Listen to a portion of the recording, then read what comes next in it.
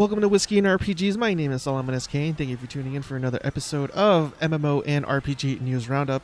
This time around, we actually got a lot of updates, particularly for Easter. Timestamps will be down in the description below, like always. But yeah, if you guys got your glasses or cups ready with your beverage of choice, let's cover the news together. Cheers to you guys.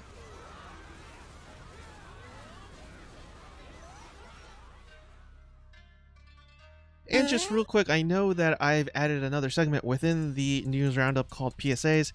There wasn't a whole lot of news, unfortunately. I mean, not any particular ones that really needs an in-depth analysis or anything like that. So this entire episode is pretty much going to be announcements and updates regarding some of your favorite MMO and RPGs out there. So the first one that I'm really excited about is No Man's Sky.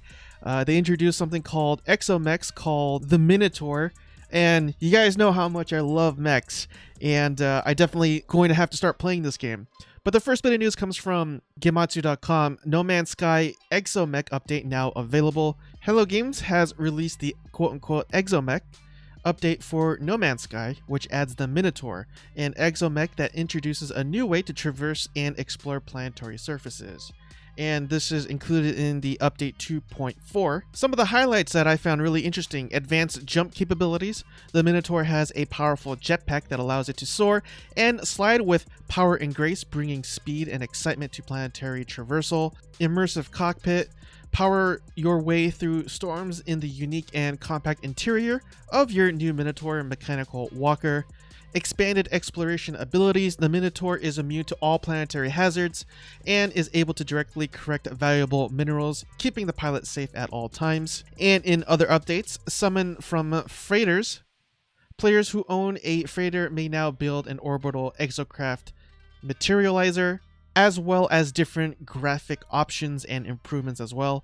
The patch notes, as you can see here, is pretty extensive. It also includes various bug fixes as well. So if you want to check out some of the new things that are going on with No Man's Sky, definitely check out their page at Gematsu.com, or you can always go to nomansky.com for the latest information. And just really quick, from MMOculture.com, they were able to score an interview with the devs over at Bluehole Studios. Now, I just wanted to briefly let you know that this interview is out there, but the reason why I'm not going to cover it now is because I do want to dedicate an entire video solely just on this game alone. So I just wanted to bring it to your attention just in case if you wanted to read the interview yourself. And the next bit of update comes from MMORPG.com. Ark Survival Evolved. Eggcellent EGG adventure event goes live today. Ark Survival's Evolved Eggcellent Adventure starts today and is set to run until April 21st. The event will begin at 6 p.m. Pacific Daylight Time for PC and 8 p.m. Pacific Daylight Time for the Xbox and the PS4 version. You'll be able to collect special bunny eggs from wild bunny dodos. You can paint them or use them in a special recipes to create new themed item skins like a spear and C4 skin. Dino candy will also be dropped. The event is set to feature boosts, including, and I think they meant to put a 4 here too, 4x harvesting, taming, player XP, and breeding rates on all platforms. Next update comes from MassivelyOP.com. Atlas patches in firebolt ammo for ballistas, bug fixes, and quality of life improvements. It goes on to read, the hot item is the ballista firebolt, which is specifically designed to set fire to ship sails. These bolts can also set fire to other structures, creatures, and the ground, and will also damage ship's mast if it's hit, so players can get creative with their fire-based ammunition. It also says the update brings quality of life features like ship heading indicator on the map when at the captain's wheel, and item descriptions with helpful gameplay relevant info. Next, we head on over to Gematsu.com. Action RPG Eternal Radiance launches for PC via Steam Early Access on April 14th. Visual Noveler will release Fantasy Action RPG Eternal Radiance for the PC via Steam Early Access on April 14th, the developer announced. The Early Access version will feature 3 story chapters with an estimated total playtime of 8 to 12 hours. The full game, which is planned for release across PS4, Switch, and PC, will feature 11 story chapters. And as you can see from the trailer I got playing above me, it's definitely inspired by classic JRPGs. So if this is something that floats your boat, you got something to look forward to on April 14th. Over to massivelyop.com, RuneScape talks about archaeology adjustments, an Easter event, and visual updates. From April 8th through April 15th, RuneScape players are being asked to help with the Easter Bunny by finding eggs stolen by imps for black market trading and bringing them back. Those who do will be rewarded with Easter-themed cosmetics, or players can trade those eggs with a black market dealer for some mysterious boxes. That's really cool. They give you a choice. I think it definitely helps with the immersion, in my opinion. Finally, visual updates that were first discussed in early March are now in the game. These updates include improved highlighting of interactable objects, tree canopy removal for clearer view of where your character is, and a depth of field visual feature available to those who can run RuneScape on high settings. Back at MMOculture.com, Blade and Soul Revolution, the first 90 minutes of gameplay before English server launches. With the English server of Blade and Soul Revolution being prepared for launch at this time, we decided to record the first 90 minutes of gameplay in the Japan server for the voiceovers. Not me, I'm just reading what they said. The people over at MMOculture were able to provide some pretty awesome footage of the game. They go on to say it feels more physical and quote-unquote real in a sense, and gives player a real sense of what the combat is all about. And I'm guessing they're saying that compared to the version that's on the PC. Definitely a fan of the Blade and Soul franchise, but not a huge fan of the mobile platform, but I think it's still worth checking out. Speaking of games that's probably worth checking out, even though it's not really my cup of tea, over at massivelyop.com, Dino Squad is a mobile PvP shooter with weapon-wielding dinosaurs now in open beta. Like I said, this is beyond, like, wow. Dino Squad comes by the way of developer Pixonic, I believe that's how you say it, and publisher My.Games, and lets players take the role of 17 different dinos across 3 weight classes, from the Velociraptor to the T-Rex, each with different playstyles, perks, and weapons like rocket launchers, railguns, or good old-fashioned bites and tail slams. While any character progress earned during open beta will carry over into the game's full launch, Pixonic is also asking participating players to fill out a survey to share their experiences in-game and help improve it. Heading on back over to MMORPG.com, EVE Online event The Hunt now live. And looking at this is probably their Easter event, although it doesn't directly say anything like that for some reason. But anyways, in case you missed it, EVE Online's latest event, The Hunt, is now live through April 21st. You'll be tasked with using directional scanners and probe scanners to track down and eventually destroy NPC capsules. Why? You'll do this to gain access to so-called special event sites and valuable rewards. I'm guessing that's probably some sort of Easter egg hunt. I don't know, but yeah, if this is something that floats your boat, you got something to look forward to in EVE Online. Now, I know Darkest Dungeon has, like, I don't know, a huge cult following, I guess you could say. It's pretty popular amongst a lot of people out there, but heading on over to massivelyop.com, Darkest Dungeon joins a PvP circus for one last show. He goes on to read, Red Hook Studios confirmed that the acclaimed dungeon crawler indeed is slated to get a multiplayer in the form of 4v4 arena combat. The upcoming Butcher's Circus DLC opens up the tentacular new location with, quote, no-holds-barred PvP combat with teams of 4 heroes, end quote. Players won't have to put their campaign heroes on the line for this, by the way, and can engage for glory, banner components, and other rewards. The free DLC will include more music, narrator lines, and quote-unquote gladiator trinkets that are specifically made for PvP. Heading on back over to massivelyop.com, World of Warcraft Shadowlands closed alpha is finally beginning this week. It goes on to read, in quotes, later this week we will send out the first round of invitations to closed alpha test for Shadowlands, the studio writes. The first batch of invitations will mainly go out to longtime WoW players with active accounts in good standing, as well as Blizzard friends and family, along with a limited number of content creators and journalists. If you're interested in helping make Shadowlands better, sign up using the beta opt-in link on the Shadowlands homepage. Later on, we will engage in focused PvP and raid testing. We'll also do some targeted invite waves and prioritize players with extensive experience or expertise in those parts of the game. And just really quick, if you play Ultima Online, just know that you guys are getting a quest system overhaul, and this is brought to you by MMORPG.com. Back over at MassivelyOP.com, Guild Wars 2 Super Adventure Box reopens next week, plus somebody bought the Golden Sink, so I guess the Golden Sink was an April Fool's joke from what I could understand, but Tyria's Bounciest Celebration returns on April 14th. Get ready for Super Adventure Festival. ArenaNet said it's running an extra week this year until May 12th. And apparently there was a 10,000 gold Golden Sink that arrived as part of the game's April Fool's Day activity last week, and somebody bought it. Of course somebody bought it.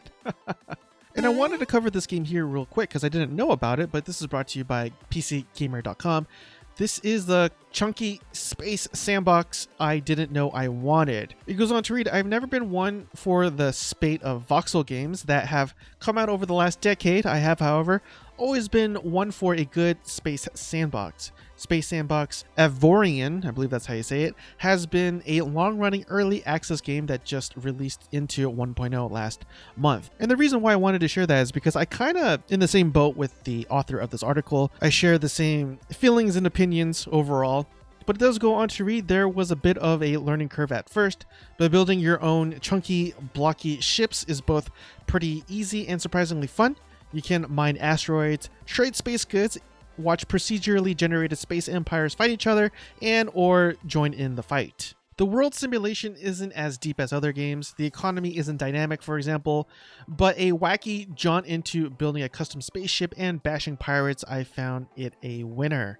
And lastly, as a cherry on top, everything in the game is single player and multiplayer, so giving players the option to play the game how they want to is always a plus.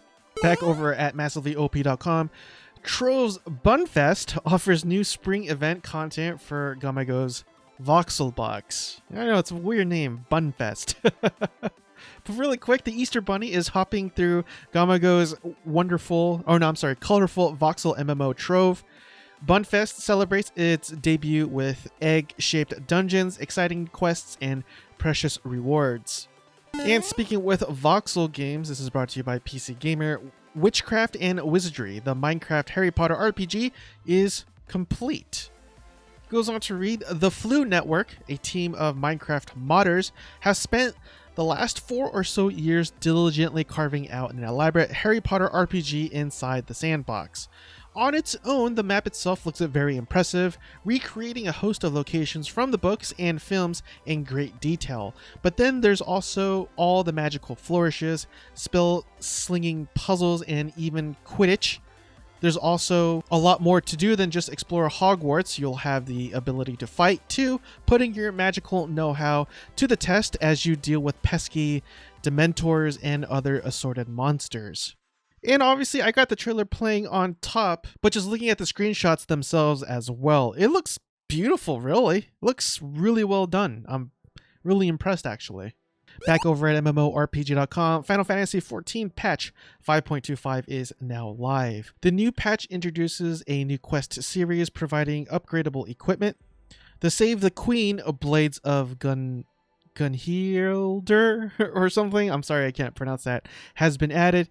In addition to Skysteel tool quests, new furnishings from the design contest has been added to the game as well as the Resistance weapon quest line. And lastly, a new trial and new items have been added as well. Finally, a host of issues that have been resolved. So yeah, I do apologize, I'm not really sure what any of this means because I really haven't played Final Fantasy XIV since pre-Reborn, admittedly. Now this is another game I wanted to cover because I knew nothing about it, and this is over at MassivelyOP.com. Vendetta Online is completely free to play until June. It goes on to read, Vendetta Online has decided to go free to play until June. No, not free to play with a cash op. No, potentially free with subscriptions. The game is just giving everyone access to the highest tier of subscription for free for 2 months, period. And looking at the screenshots and obviously the trailer that I got playing above me, it definitely looks like some sort of sci-fi MMO. And if we head on over to MMORPG.com's sort of description page of Vendetta Online, it is classified as an MMORPG, sci-fi setting, has PvP, is a subscription model, which you actually don't see a whole lot these days, And here's the thing, it came out back in the end of 2004. So this is a fairly older game, and I'm surprised I've actually never heard of this game before. But it goes on to read, Vendetta Online is a sci-fi MMORPG from Guild Software where thousands of players can interact as spaceship pilots in a vast universe. Players can build their characters into a variety of different paths, becoming rich captains of industry, military heroes, or outlaws. The game is a fast-paced, real-time Twitch combat system coupled with the backdrop of RPG gameplay in a massive online galaxy. One could argue that the game possibly looks a little dated, but honestly, for something that came out back in 2004, it really doesn't look that bad. I probably have to check out what this game is about now that it's free, so free is always a good thing, right? Now, obviously, these aren't going to be updates per se about MMOs, more so litigation and legal disputes. But the first one comes from MMORPG.com. Chronicles of Elyria backers are contacting Washington Attorney General for potential action. It goes on to read, some backers are taking it a step further and now contacting the Washington Attorney General's office to lodge formal complaints against the Seattle-based Soulbound Studios, the developer behind the project. Backers of the project have since taken to a special Discord channel set up to discuss potential class action lawsuits. Some backers are hoping for a full investigation into the studio via the Washington State Attorney General's office. It makes sense given the history of the Attorney General's office of pursuing shady Kickstarter deals. And just real quick, I did share the opinion earlier last week that the letter that the person in charge of the studio, I'm forgetting his name already. I do apologize. He did send out sort of an apology letter or of some sort, but it wasn't. It was kind of a non-apology, and he was blaming the people that supported the game for not giving him more money. And to me, if you're going to come across pretty arrogant like that, then I think you deserved to be investigated, especially when you had millions of dollars backing up this game. So anyways, that's at least my opinion with the whole situation. I really hope this actually gets through. And in more legal stories, this is brought to you by MassivelyOP.com. Call of Duty wins a First Amendment lawsuit. Tencent sues cloud company for hosting its games. It goes on to read, we look towards vehicle manufacturer AM General as its 2017 lawsuit against Activision's Call of Duty series for the accurate representation of the Humvee vehicle. Activision's counter-argument was that the suit was a, quote, a direct attack on First Amendment right to produce creative works that realistically depict contemporary warfare, end quote. A point that a federal judge has agreed to the dismissal of AMG's case. And lastly, publisher Tencent is taking a Chinese cloud service provider to court over the addition of online games like League of Legends, Dungeon Fighter Online, and Crossfire to its own cloud gaming service without permission. Tencent is alleging the service is quote-unquote unfair competition and is stealing customers from its own cloud-based gaming platform. Tencent is seeking damages to the tune of $1.35 billion. That's a lot of cash. I do love how the writer Chris Neal ends it with video games, right? And that does it for today's MMO and RPG news roundup. I do appreciate if you made it with me so far. The watch time does help with the algorithms. I hope you guys continue to stay safe out there and continuing holding down the fort. But until then, hope everybody takes care and have a blessed night, and I'll see you guys next time. Cheers.